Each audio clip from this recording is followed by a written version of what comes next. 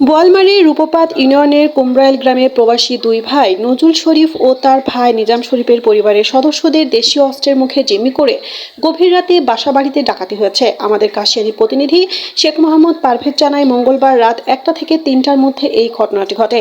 বোয়ালমারী থানাধীন রূপপাত পুলিশ ফাঁড়ির এসআই আইনুল এ তথ্য নিশ্চিত করেছেন। প্রবাসী নজরুল নিজাম দুই ভাইয়ের স্ত্রী ডাকাতির বিষয়ে সাংবাদিকদের জানান, গভীর রাতে তাদের জানালার গ্রিল কেটে মুখোশ পরা 6 ডাকাত ঘরের ভেতরে প্রবেশ করে। এ সময় দেশীয় অস্ত্রের মুখে জিম্মি করে প্রথমে তাদের ডাকাতেরা পরিবারের সদস্যদেরকে হাত, মুখ ও পা বেঁধে ফেলে।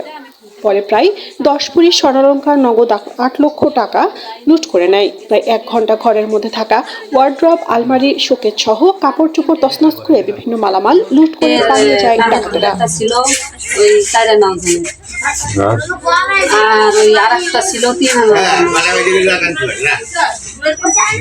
ডায়মন্ড কাটার একটা নাকের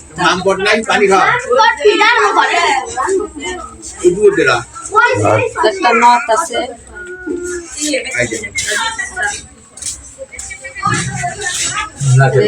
একটা নাকের ফুল, একটা নথ আছে। হ্যাঁ, আর একটা নাকের ফুল।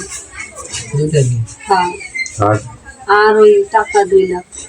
মোট কতটুকু স্বর্ণ? 3, 4, 5 ভরি হবে। সব জড়ায়